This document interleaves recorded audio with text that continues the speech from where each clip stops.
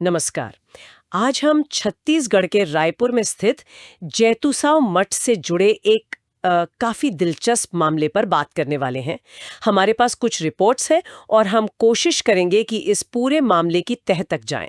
मामला करीब 300 करोड़ रुपए की संपत्ति से जुड़ा है। हाँ, और ये मामला सिर्फ संपत्ति के मूल्य का नहीं है। ये हमारी, आप कह सकते हैं, धार्मिक और सांस्कृतिक विरासत की सुरक्षा से भी जुड़ा है। बिल्कुल। तो ये मामला है रायपुर की पुरानी बस्ती में स्थित श्री ठाकुर रामचंद्र स्वामी मंदिर, जैतूसाव मठ की जमीन और दूसरी संपत्तियों का। हाल ही में सुनने में आया कि इस पर कब्जे की एक कोशिश हुई थी, जिसे रोक दिया गया।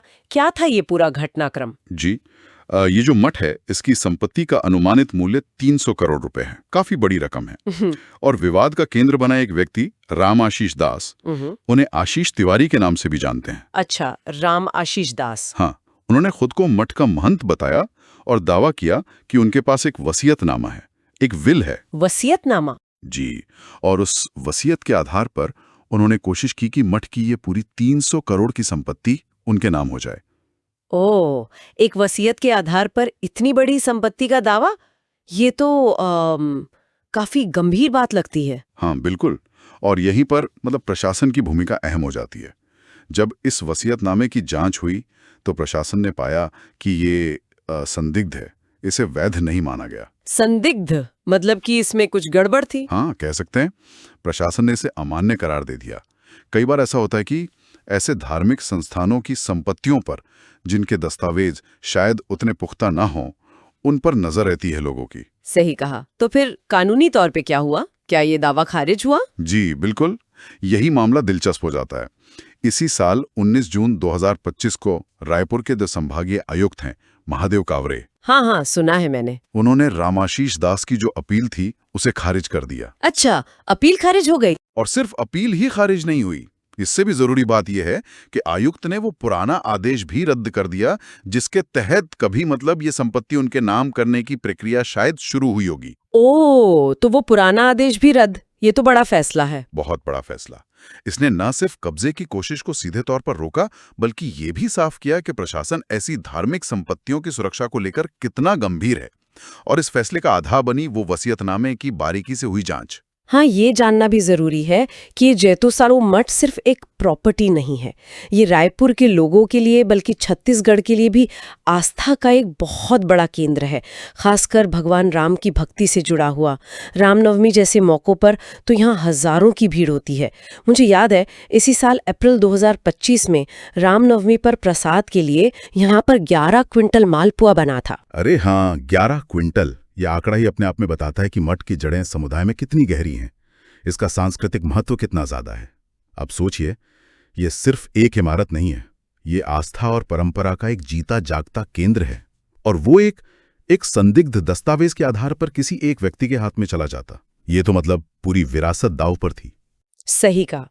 तो अब अगर हम इसे थोड़ा बड़े परिप्रेक्ष्य में देखें, तो क्या ये किसी बड़े पैटर्न का हिस्सा लगता है? क्या ऐसे मामले और भी होते हैं? हाँ बिल्कुल। अगर हम उपलब्ध जानकारी और ऐसे दूसरे मामलों को देखें, तो ये घटना भारत में जो मंदिर और मठों की संपत्तियों से जुड़े धोखाधड़ी के प्रयास होते हैं, उसी व्यापक मुद्दे की तरफ इशारा करती है। अक्सर क्या होता है कि धार्मिक संस्थानों की जो मूल्यवान संपत्तियां होती हैं, जिनका प्रबंधन शायद थोड़ा जटिल हो या दस्तावेजीकरण पुराना हो, वो ऐसे अवैध दावों का निशाना बन जाती हैं। तो इस मामले में 19 जून के फैसले के बाद अब स्थिति क्या है? संपत्ति अब किसके नियंत्रण में है? देखिए, 19 जून के फैसले के बाद स्थिति बिल्कुल साफ है। संपत्ति पूरी तरह से श्री ठाकुर रामचंद्र स्वामी मंदिर, जैतूसाव मठ के ही नियंत्रण में है, सुरक्षित है। राम आशीष दास का दावा पूरी तरह से खारिज हो चुका है। और क्या इस पर अभी कोई और कानूनी कार्रवाई या अपील वगैरह चल रही है? जहां तक हमारे स्रोतों से पता चला है, फिलहाल इस मामले में कोई नई कानूनी गतिविधि की खबर नहीं है। लेकिन हाँ, ये पूरा प्रकरण एक बात तो साफ करता है। क्या? कि मंदिर और मठ जैसी संस्थाओं की संपत्ति के प्रबंधन में लगातार सतर्कता बहुत जरूरी है। हमेशा चौकन्ना रहना पड़ता है। और हाँ, एक बात और स्पष्ट कर दूं, रायपुर के इस जैतूसाव मठ का उत्तराखंड के जोशी मठ, जिसे ज्योतिर्मठ भी कहते हैं, उससे कोई लेना देना नहीं है। ये दोनों बिल्कुल अलग अलग संस्थान हैं। कई बार नाम में समानता से भ्रम हो जाता है। अच्छा, ये स्पष्ट करना जरूरी था। तो अगर हम संक्षेप में कहें तो ये मामला था रायपुर के एक अहम मठ की 300 करोड़ रुपए की संपत्ति का। एक संदिग्ध वसीयत, कब्जे की कोशिश, लेकिन समय पर प्रशासनिक कार्रवाई हुई और वो कोशिश नाकाम हो गई, विरासत बच गई। बिल्कुल सही। और ये मामला हमें सोचने पर भी मजबूर करता है।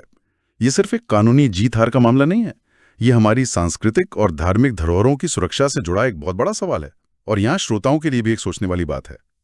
भविष्य में ऐसी जो मूल्यवान और ऐतिहासिक रूप से महत्वपूर्ण संपत्तियां हैं, उन्हें धोखाधड़ी और ऐसे गलत दावों से बचाने के लिए कानूनी और प्रशासनिक उपायों के अलावा और क्या स्थायी तरीके अपनाए जा सकते हैं?